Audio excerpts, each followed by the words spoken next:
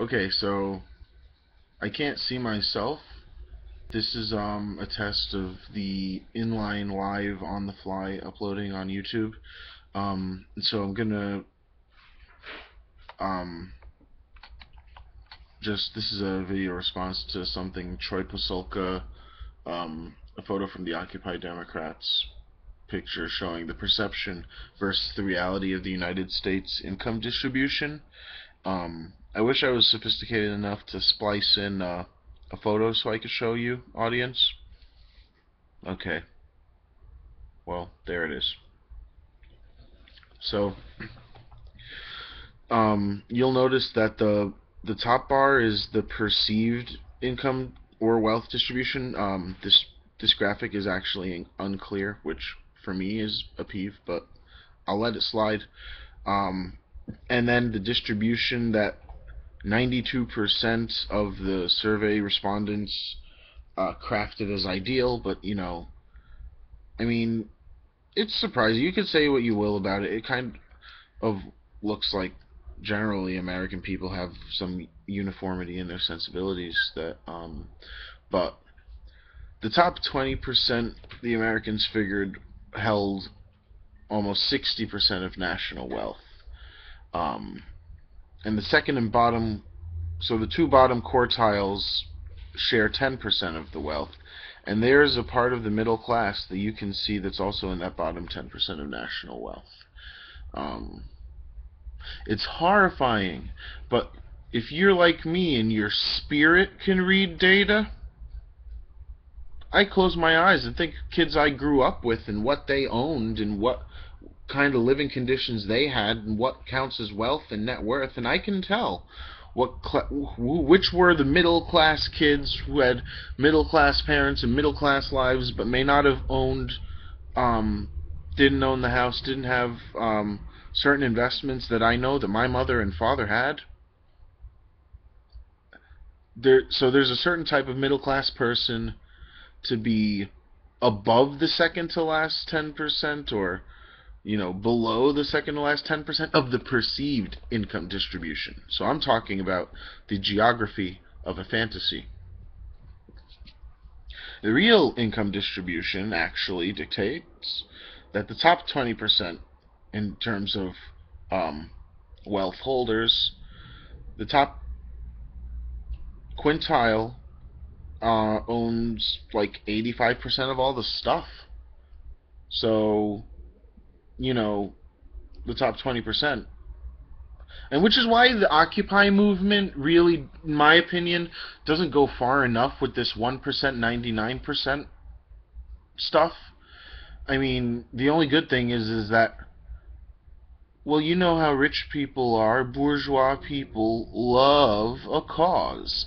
They love to throw their resources, their time, and their disproportionately developed intellects from generations of university going. They love to show their solidarity for the common man time and again. The rich liberals. I mean, I come from a place where the liberals are often known to be rich. So this is but it's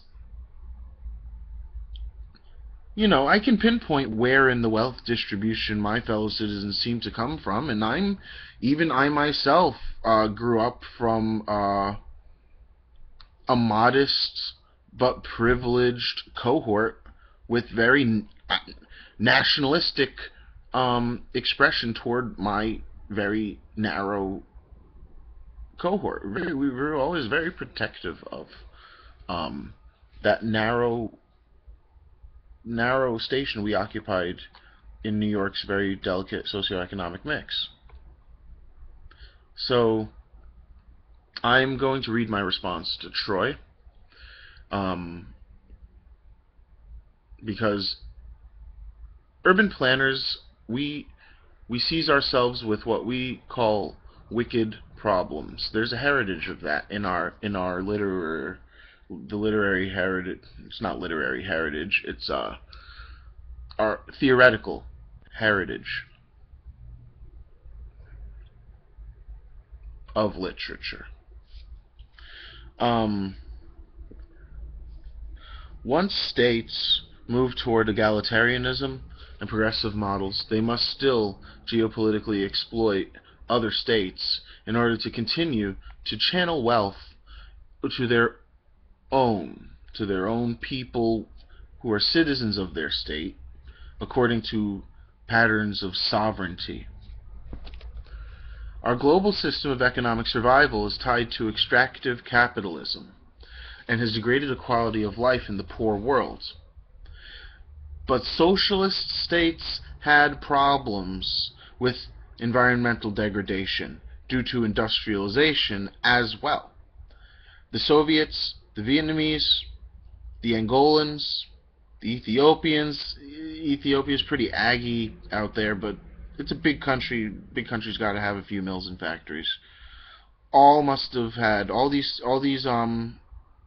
these states must have had some serious questions to answer about trade, exports, and industrial development on the regional economic planning and policy scale.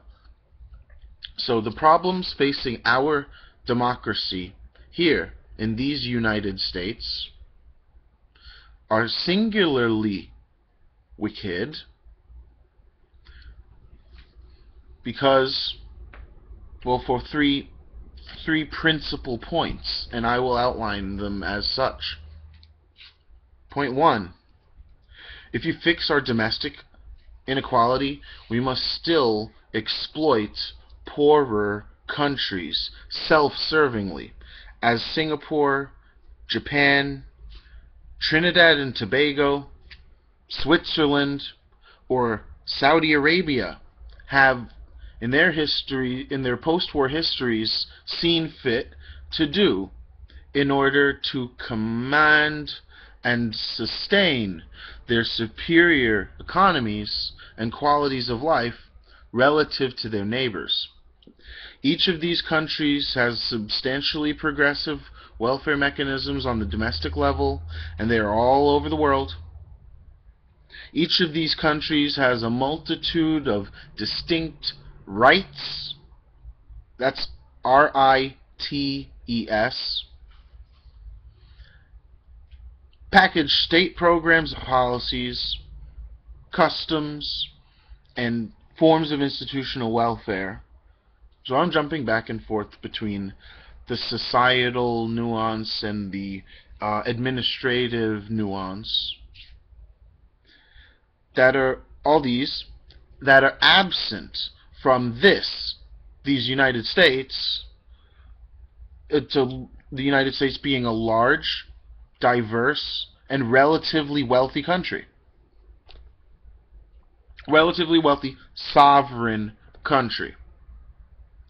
So, if multilateral international trade ever does turn to favor associations of progressive egalitarian states dedicated to fairer trade and increased nationalized investment, it would be 2A, hard to come to consensus on the role of private and foreign enterprise, although by now they've proven themselves even to the socialist states. Or 2B, not to be or not to be, the numeral 2 and the grapheme, the letter B. 2B.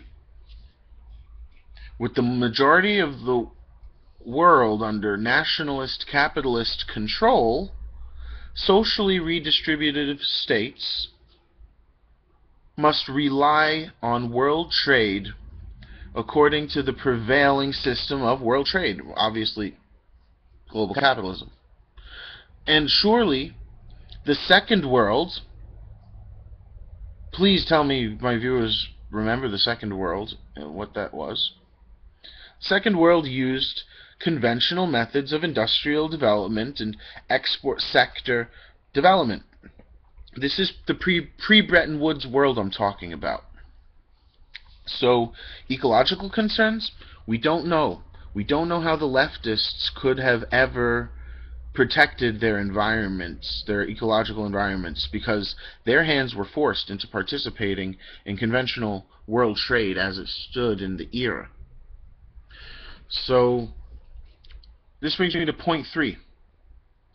Social and demographic harmony on the micro level are so fractious and so tenuous throughout the world's societies that a recalibration of resource distribution at the intra-societal level, not only domestically but internationally, and then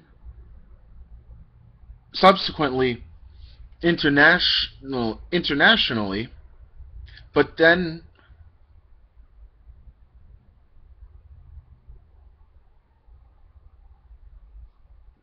subsequently